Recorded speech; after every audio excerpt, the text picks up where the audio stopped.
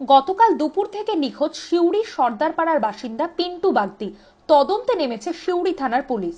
বীরভূমের সিউড়ি সর্দারপাড়ার বাসিন্দা পিন্টু বাগদি গতকাল দুপুরবেলা থেকে নিখোঁজ।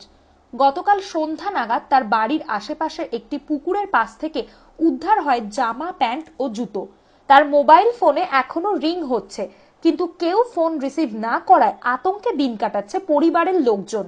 ইতিমধ্যে ঘটনাস্থলে এসে উপস্থিত হয়েছে সিউড়ি থানার পুলিশ। তার স্ত্রী এ প্রসঙ্গে বলেন, তার স্বামী মাস তিনেক আগে কিছু টাকা ধার নিয়েছিলেন এক ব্যক্তির কাছ থেকে।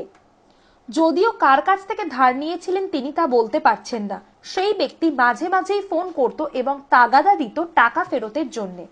এদিন সকালবেলা এনডিআরএফ এর একটি টিম তার বাড়ির পাশে থাকা দুটি পুকুরে তল্লাশি চালায়। যদিও তল্লাশি চালিয়ে কোনো কিছু উদ্ধার হয়নি।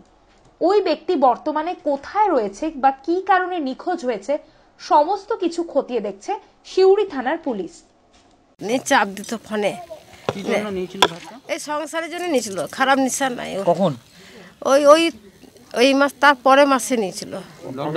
হ্যাঁ, তা আমাকে বলছে চাপ দিচ্ছে, দিতে বলছে, আমি দিতে পারছি না। আমরা দিবে আস্তে আস্তে, তাই বলতাম কি করে দেবো, এত ধার আমি কি করে দেবো।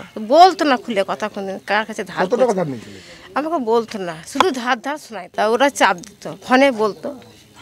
তা আমি বলতাম দিবে কিছু কিছু করে। তার মধ্যে সংসারে খরচা করেছে। আর নেশা, শুধু টিকিটের নেশাখানি ছিল। ওইটা হতে পারে, আমাকে কিন্তু বলতো না।